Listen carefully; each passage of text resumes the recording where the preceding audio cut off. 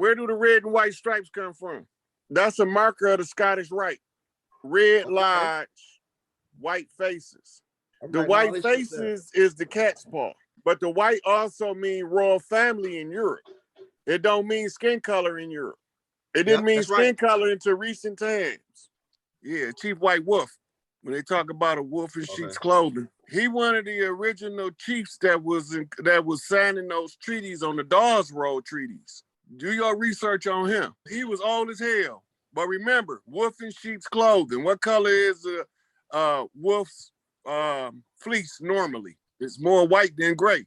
So the one who come in to replace another, look at his relation to the Dawes Road. It's the most important part because they made him chief under the Dawes Roll. His birth name is John Smith. His Dawes Roll name is Chief White Wolf. They saying these are the ones that were selected. That mean they picked them by hand, right? To meet the criterion or the qualifications of what an Indian was going to be in the future.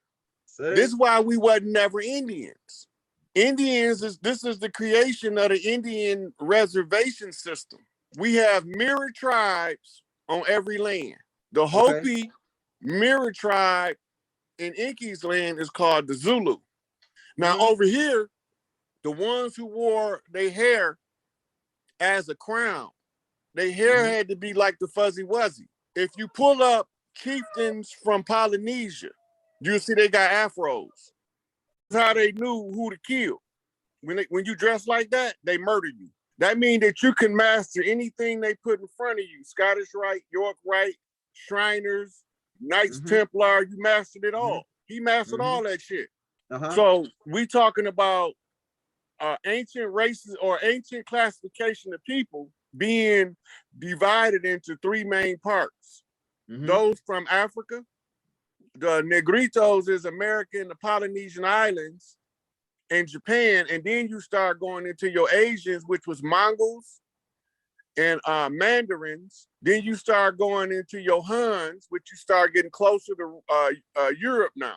The Huns, until they lost to Rome, was the barrier between Europe and the overall Asian society.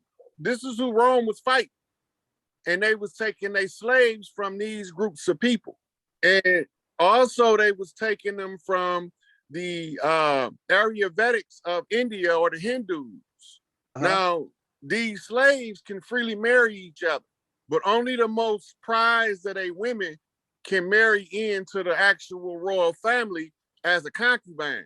The rest of them did their services to the Etruscans as slaves. These were the nomads that settled Rome that got kicked out of Africa, that crossed over the Pillars of Hercules and settled Spain. They wasn't none of us Moors at that time. They was Etruscans then. But they switched them out later after the fact. They had to switch them out in order to conceal themselves as Amun, the unknown one. Rome wasn't called Rome before they came. Romulus and Remus was suckled by a wolf, a she-wolf.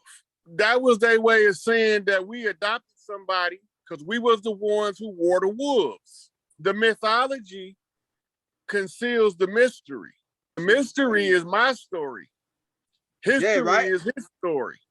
This who Noble Drew Ali had to go get the secrets from. See the guy in the middle with the different dress on than everybody else? What is his hands doing? Picture worth 1,000 words, right? Now you see the dude on his right is holding a book. This who Noble Drew Ali got the secrets from. That book that they holding is the Mishnah.